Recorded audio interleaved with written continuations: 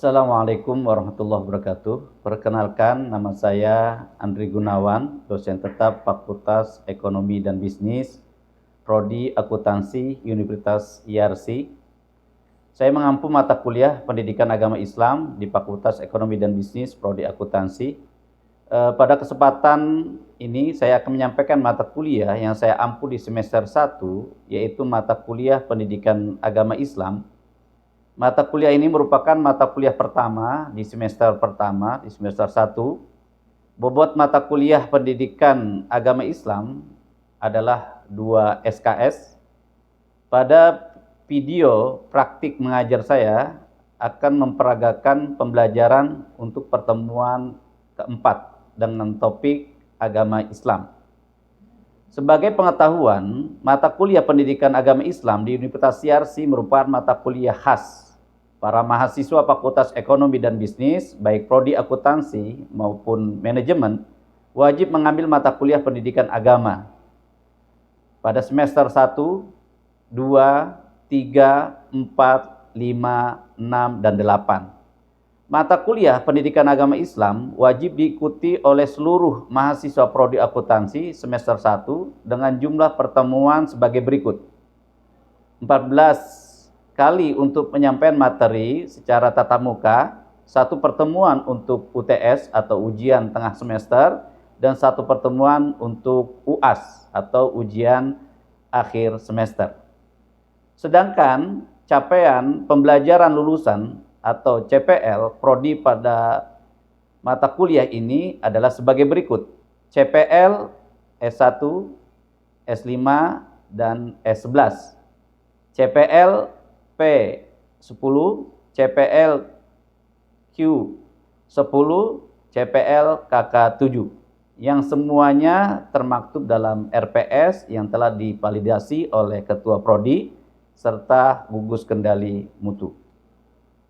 Adapun capaian pembelajaran mata kuliah Pendidikan Agama Islam ini atau CPMK pada mata kuliah ini, yang pertama, mahasiswa mampu menguasai konsep ilmu, adab, dan manusia dalam Islam. Yang kedua, mahasiswa mampu menguasai ajaran atau pokok dasar ajaran Islam yang meliputi akidah, syariah, dan akhlak. Yang ketiga, mahasiswa mampu menguasai ilmu Al-Quran dan ilmu hadis, dan pembelajaran Islam digital yang benar dan baik. Serta yang keempat, mahasiswa mampu membaca Al-Quran dengan benar dan baik, serta menghafal 20 surat dari juz 30. Pokok bahasan yang saya peragakan dalam video pembelajaran meliputi pengertian agama, ruang lingkup agama, pembagian agama, Islam sebagai agama, Islam agama wahyu, dan kenapa memilih agama Islam. Secara detil dan terinci tentang materi pendidikan agama Islam yang saya ajarkan adalah sebagai berikut. Pengertian tentang agama, din maupun religi. Yang kedua adalah meliputi substansi hal yang disembah, kitab suci, pembawa ajaran, pokok-pokok ajaran, serta peribadatannya. Sedangkan yang ketiga adalah aliran-aliran agama. Adapun 3 komponen dalam proses pembelajaran mata kuliah Pendidikan Agama Islam ini, saya mengacu pada DII. Yang pertama adalah delivery, interaction, yang ketiga adalah assessment. Dalam delivery ini, saya menyampaikan materi secara langsung dengan metode ceramah interaktif dan memberikan rancangan pembelajaran selama 1 semester berupa RPS kepada mahasiswa yang dapat mereka unduh di sistem e-learning IARSI. Sedangkan yang kedua, dalam hal interaction, dalam pembelajaran mata kuliah Pendidikan Agama Islam ini, interaksi 2 arah antara dosen dan mahasiswa berupa diskusi dan tanya jawab. Sedangkan yang ketiga adalah assessment. Penilaian dalam pembelajaran mata kuliah meliputi penilaian tugas individu berupa membaca dan menghafal Al-Quran, penilaian sikap, dan penilaian sumatif berupa UTS dan UAS.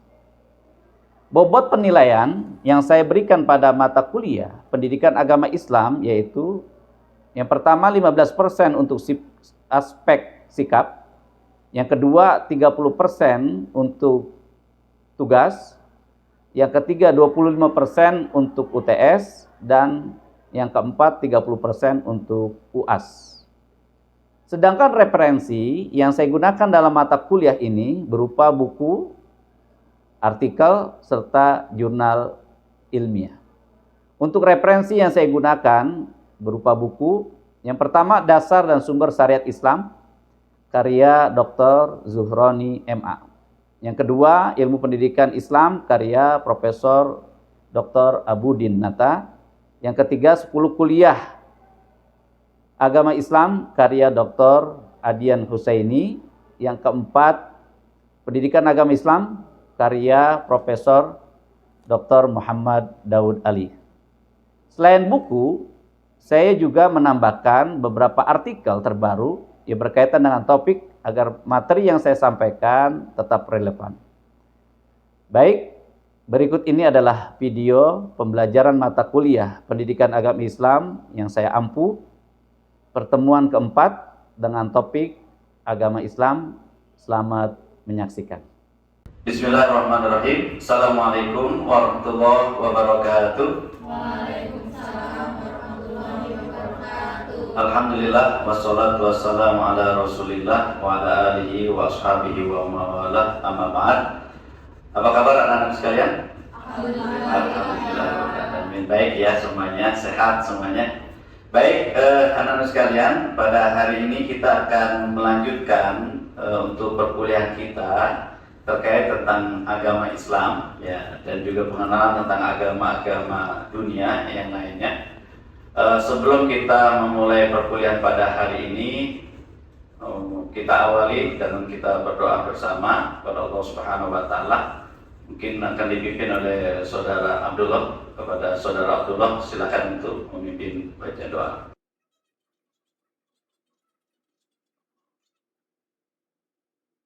Doa selesai. Baik anak-anak sekalian, pada hari ini ya kita akan membahas terkait tentang agama. Maka pokok bahasan yang kita akan pelajari yaitu terkait tentang pengertian agama, din dan religi. Yang kedua adalah ruang lingkup agama, pembagian agama, kemudian Islam sebagai agama, Islam sebagai agama wahyu, dan yang keenam mengapa memilih Islam, kemudian karakteristik ajaran agama Islam. Ya, jadi untuk mengawali ya bahwa agama atau pengertian agama ya, di sini bisa kita dapati ada istilah agama itu dalam bahasa Arab din. Ya, agama itu dalam bahasa Arab din. Kemudian yang kedua juga ada istilah millah. Ya. Dan yang ketiga adalah religion. Ya. Baik. Kemudian ya, pengertian secara bahasa ya, agama itu adalah tidak. Kemudian gama adalah pergi. Yang dimaksud dengan agama di sini tetap di tempat, diwarisi turun temurun. Begitu juga dalam pengertian yang lain adalah tidak. Kemudian gama adalah berantakan atau kocak kacir. Yang dalam artian dalam bahasa di sini adalah tidak berantakan dan juga tidak kocak kacir. Ya tetap ya dia berdiam di tempat. Kemudian ya. Pengertian agama menurut Kamus KBBI ya, sistem yang mengatur tata keimanan. Ya, sistem yang mengatur tata keimanan atau kepercayaan ya, kepada Tuhan yang Maha Kuasa. Ya, tata peribadatan dan tata kaidah. Ya, di sini ya, yang bertalian dengan pergaulan manusia dan manusia serta lingkungannya dengan kepercayaan itu.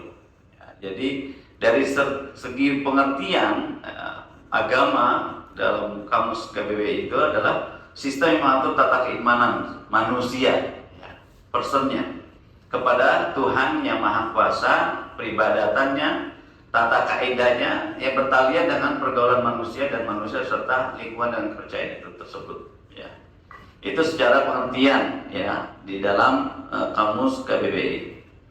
Kemudian pengertian ya agama juga atau religion adalah keyakinan ya, pada Tuhan atau kekuatan supra manusia untuk disembah. Jadi poinnya adalah sebuah keyakinan kepada Tuhan atau kekuatan yang supra manusia yang di luar daripada kekuatan manusia untuk disembah sebagai pencipta dan penguasa alam semesta. Itu pengertian ya agama atau dalam bahasa Inggrisnya religion itu. Kemudian sistem kepercayaan dan peribadatan tertentu termasuk di dalamnya kode etik dan filsafat. Maka bisa dipahami ya bahwa agama itu adalah hal-hal suatu keyakinan yang di situ ada sesuatu yang disembah. Ya. Ada sesuatu yang disembah dan sesuatu itu adalah di luar daripada supra manusia. Ya, kekuatannya melebihi daripada kekuatan manusia yang dianggap sebagai pencipta dan juga penguasa alam semesta. Kemudian pengertian yang kedua adalah sistem kepercayaan peribadatan tertentu. Maka di situ ada ibadah, ada hal-hal yang dilakukan, yang dilaksanakan, termasuk dalamnya kode etik dan filsafat. Ya. Di situ pengertian daripada religion. Kemudian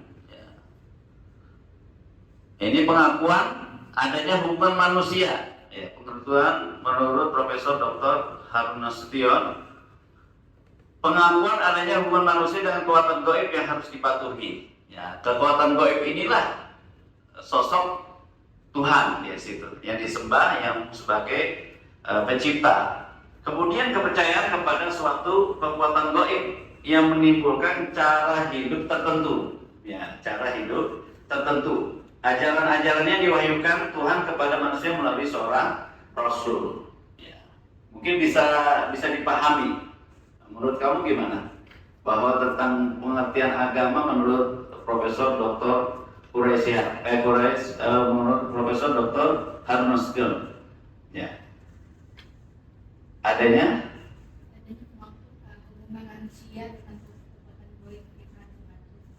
hubungan seorang manusia kepada kekuatan gaib yang harus dipatuhi. Ya, dalam hal ini adalah di luar kekuatan yang maha dahsyat, yaitu yang dipegang oleh Tuhan. Ya, jadi dipatuhi dan disembah ya oleh manusia. Dan di situ juga di dalamnya ada ajaran-ajaran yang diwahyukan Tuhan kepada manusia melalui seorang rasul. Ya, ada nabi dan rasul yang diperintahkan oleh Tuhan untuk menyampaikan risalahnya. Nah, itu. Baik. Kemudian ya, begitu juga menurut Syekh Rasul Ridho ya.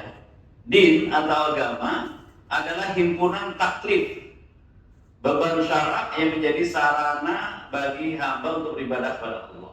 Jadi di situ ada kewajiban-kewajiban, ada arahan-arahan dan juga tentang beban syariat ya, yang patut dilakukan oleh manusia ya, seorang hamba untuk beribadah kepada Allah Subhanahu wa Ta'ala. Ini dalam konteks pengertian agama menurut Syekh Rasul Ridho, din atau agama adalah himpunan taklif beban syariat ya, yang menjadi sarana bagi seorang hamba untuk beribadah kepada Allah Subhanahu wa Ta'ala. Baik, itu dari pengertian ya. Kemudian kita akan beranjak kepada ruang lingkup agama itu ya. Ruang lingkup agama itu ada beberapa ya. Ruang lingkup agama terkait tentang agama itu tentunya yang pertama adalah substansi yang disembah. Jadi substansinya ya, penyembahan seorang manusia kepada Tuhannya ya. Sesuatu yang dipercayainya. Nah, maka di dalam agama itu ada sesuatu yang disembah, substansinya. Yang kedua tentunya memiliki kitab suci ya toh? pastinya memiliki kitab suci. Yang ketiga, pembawa ajaran. Ya. Maka di setiap agama tentunya berbeda-beda. Ya, kalau di agama Islam, seorang nabi dan seorang rasul yang membawa risalah itu. Terus yang keempat, pokok-pokok ajarannya apa? Ya, pokok-pokok ajaran daripada agama tertentu. Kemudian aliran-alirannya, ya, aliran-alirannya. Maka di dalam agama Islam, hal ini, ruang lingkup agama itu tertera semuanya. Ya. Maka di sini dari segi substansi, ya. Maka di sini ada pembagian klasifikasi agama terlebih dahulu. Ya. Jadi agama ada namanya agama wahyu dan agama non wahyu. Disebut agama wahyu berasal dari agama langit atau disebut sebagai agama langit, ya. Yaitu Yahudi, Nasrani dan Islam, ya. Yang kemudian itu berubah, ya, menjadi agama wahyu dan agama non wahyu, ya. Yang sebelumnya agama langit yang terdiri dari tiga agama, Yahudi, Nasrani dan Islam. Yang kemudian yang sebelumnya agama bumi atau budaya kemudian berubah menjadi non wahyu di sini. Ya, klasifikasinya agama itu. Maka yang non wahyu atau agama bumi seperti agama Hindu, Buddha, Shinto, Konghucu dan sebagainya. Ya. Klasifikasi agama menurut Naqib Al-Atos, ya, itu patokannya adalah dengan prinsip ajaran Islam, inna dina indallahil Islam. Ya. Jadi agama menurut beliau dibagi dua, agama batil dan agama hak. Nah, sekarang, ya, jadi menurut beliau, ya, maka selain daripada agama Islam adalah agama batil. Ya. Karena sesuai dengan firman Allah, inna dina indallahil Islam, ya, agama sesungguhnya ad-din atau agama yang di sisi Allah, ya, yang diterima, yang diridhai oleh Allah Subhanahu wa taala adalah agama Islam. Dan kita sebagai umat Islam tentunya harus, ya, meyakini dengan sebenar-benarnya bahwa agama yang diridhai oleh Allah adalah agama Islam.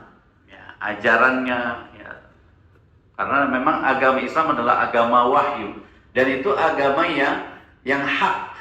Ya. Selain daripada yang hak, tentunya batil. Ini menurut Profesor Dr. Syekh Naqib Al-Atos. Ya. Baik, bisa dipahami ini, ya. Jadi perbedaan agama batil sama agama hak. Ya. Jadi di luar Islam adalah agama batil.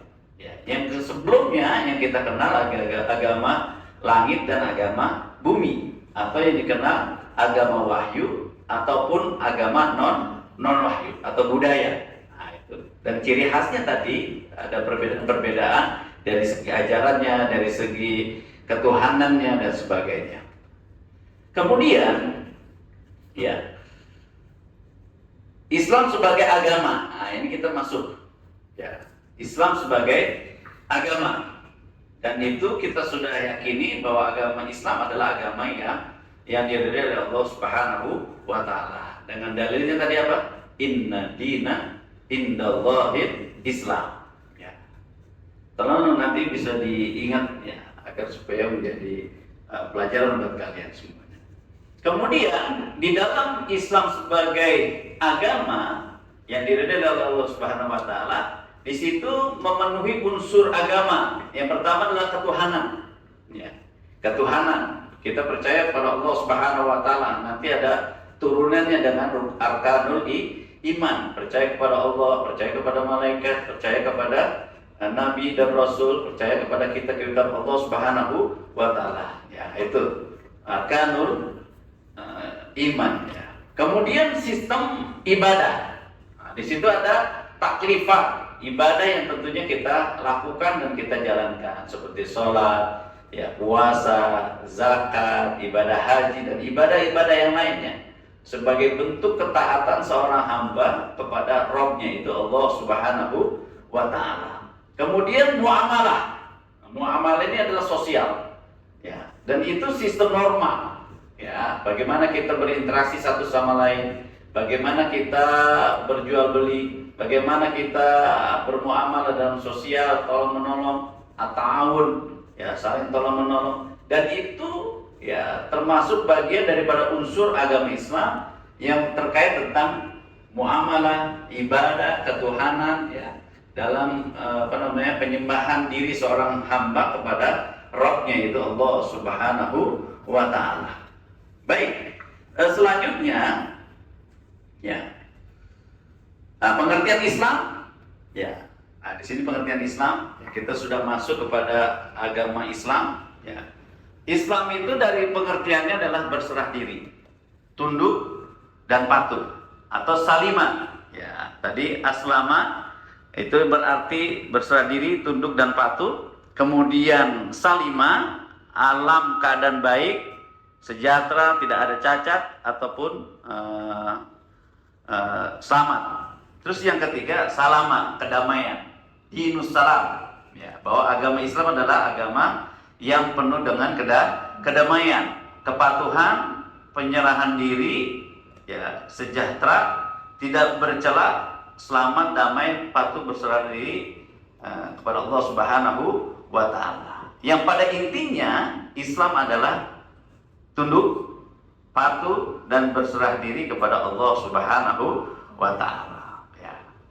Jadi bisa dipahami, ya, agama Islam adalah agama yang mutlak, agama wahyu, dan itu memenuhi dari 3 unsur tadi, ya, ada ibadah, kemudian ada ketuhanan, ada muamalah, dan yang kemudian arti daripada Islam itu sendiri adalah selamat, dinus salam, agama perdamaian, agama yang cinta kasih, agama yang sejahtera, agama yang damai, agama yang selamat, ya.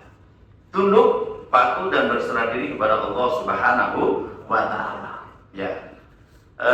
Kemudian, ya, di dalam agama Islam, ya, kesamaan dasar ajaran, ya, Islam agama semua, ya, Islam agama semua, ya, kesamaan dasar ajaran, akidah, ibadah, akhlak.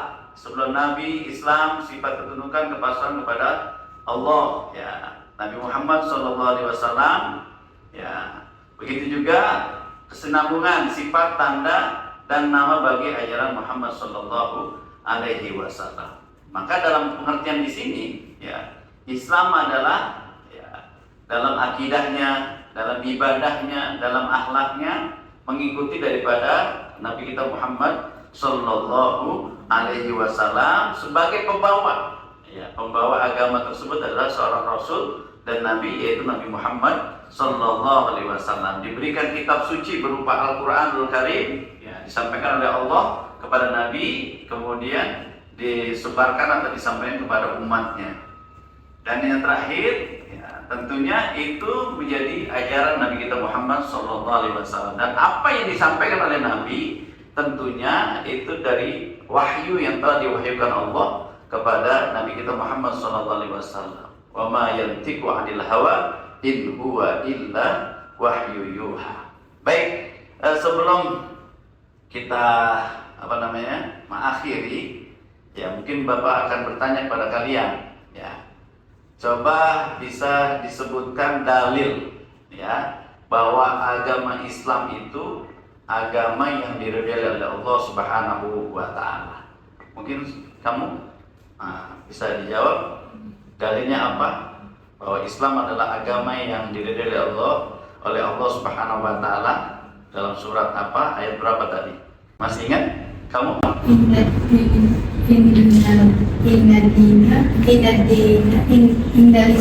Inna dina indallahil Islam. Ya, itu di surah Ali Imran ayat 19. Oke. Mungkin bisa disebutkan unsur agama, ya, dari 3 itu apa poinnya? Yang pertama bisa disebutkan bahwa agama Islam itu terdiri daripada 3 unsur, ya, tentang tadi yang pertama? Kamu? Tentang ketuhanan. Nah, terus yang kedua, Abdullah, terkait tentang ibadah. Ibadah ya, betul. Jadi di agama itu ada ibadah ya yang patut kita laksanakan seperti sholat, puasa, zakat dan sebagainya, haji dan sebagainya. Terus yang ketiga terkait tentang muamalah, interaksi sosial, dan itu semua diatur dalam ajaran agama Islam. Baik anak-anak sekalian, ya pada hari ini kita cukupkan perkuliahan kita. Mudah-mudahan segala apa yang Bapak sampaikan bisa bermanfaat dan itu menjadi tambahan ilmu pengetahuan buat kalian tentang agama. Kemudian alhamdulillah kita sudah beragama Islam dan mudah-mudahan agama yang kita anut ini membawa kita kepada keselamatan baik di dalam kehidupan dunia maupun kehidupan di akhirat nantinya. Kemudian tugas buat kalian ya, untuk tugas minggu depan nanti silakan tulis ya tentang menyalin tentang dalil agama Islam, yaitu agama yang dari Allah Subhanahu wa taala, menyalin ayat ya bahwa Allah meridhoi agama Islam sebagai agama yang dari Allah Subhanahu wa taala, surah Ali Imran ayat 19. Kalian catat, kalian salin di dalam sebuah kertas, kemudian carikan tafsirannya. Ya, carikan tafsirannya, bisa dari tafsir Al-Misbah punya Profesor Prof. Syihab, atau tafsir tafsir Al-Azhar oleh Profesor Buya Hamka. Ya, tafsir Al-Azhar yaitu Buya Hamka. Nanti dua tafsir itulah kalian bisa melihat tafsirannya. Inna dina indallahil Islam. Mungkin itu untuk hari ini yang bisa kita pelajari, mudah-mudahan bisa berguna, bisa bermanfaat di kemudian hari. Maka sebelum kita akhiri, mari kita akhiri dengan sama-sama membaca Alhamdulillahirabbil alamin. Subhanakallahumma wa bihamdika asyhadu an la ilaha illa anta astaghfiruka wa atubu ilaik. Terima kasih semuanya, sehat-sehat, lancar semuanya, berkah. Assalamualaikum warahmatullahi wabarakatuh. Waalaikumsalam.